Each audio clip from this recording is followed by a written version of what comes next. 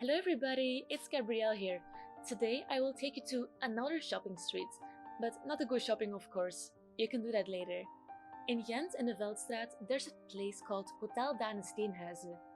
This is an 18th century city palace built by the noble family Steenhuizen, where through the years quite a number of famous and royal guests would stay.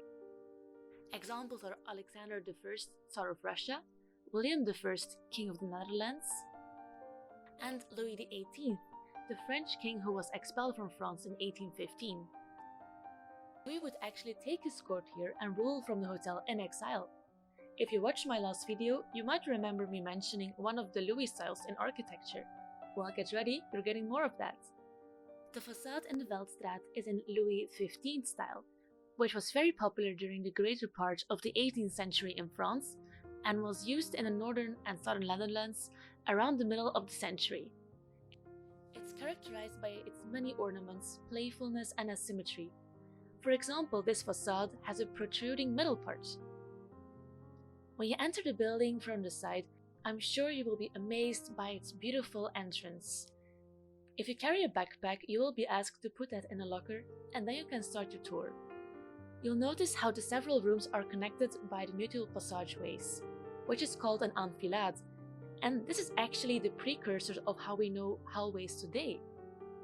The spaces on the ground floor mainly have a representative function. When it wasn't used by the family, the dining room was used as a throne hall during Louis XVIII's stay. The stunning high ballroom à l'italienne is richly decorated with a parquet floor, ceiling paintings, mirrors, and an honorary staircase. The salon was a space to relax during festivities, and it even became Louis XVIII's bedroom during his stay.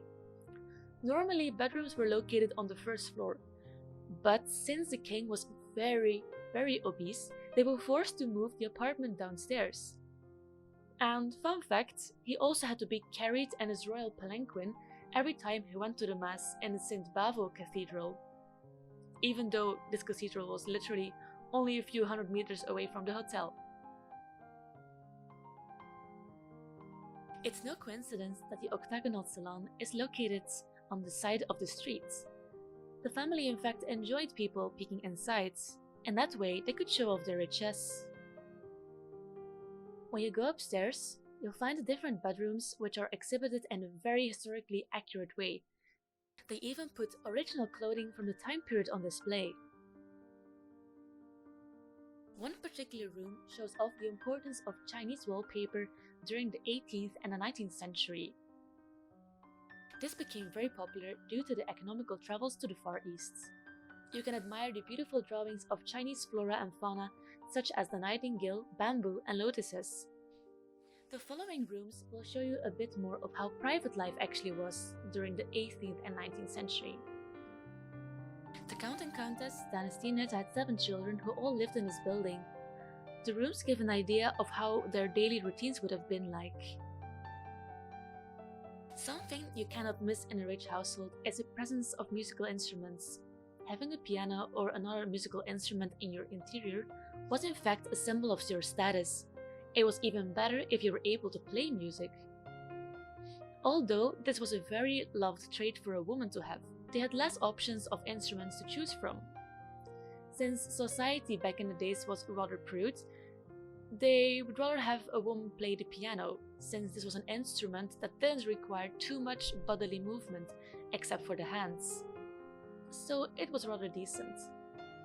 Now, not everybody who lived in this building had time for extensive dinners, playing music and dancing. When you take the stairs all the way down, you'll enter the kitchen where the staff prepared everything for the grand meals, and you'll even see where they stocked all of the fancy wine. So, how can you visit this beautiful hotel and feel like King Louis himself?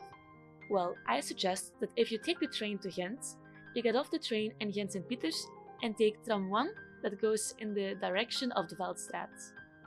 If you come to Ghent by car, I think the closest you can park is the parking garage under the Facade, literally 1 street away from the building. You can visit the hotel during the weekends between 2 and 6 p.m.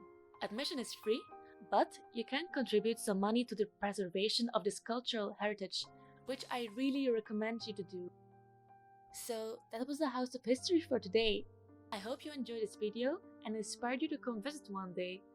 I'm sure your royal fantasies will come through here. Thank you for watching. Bye!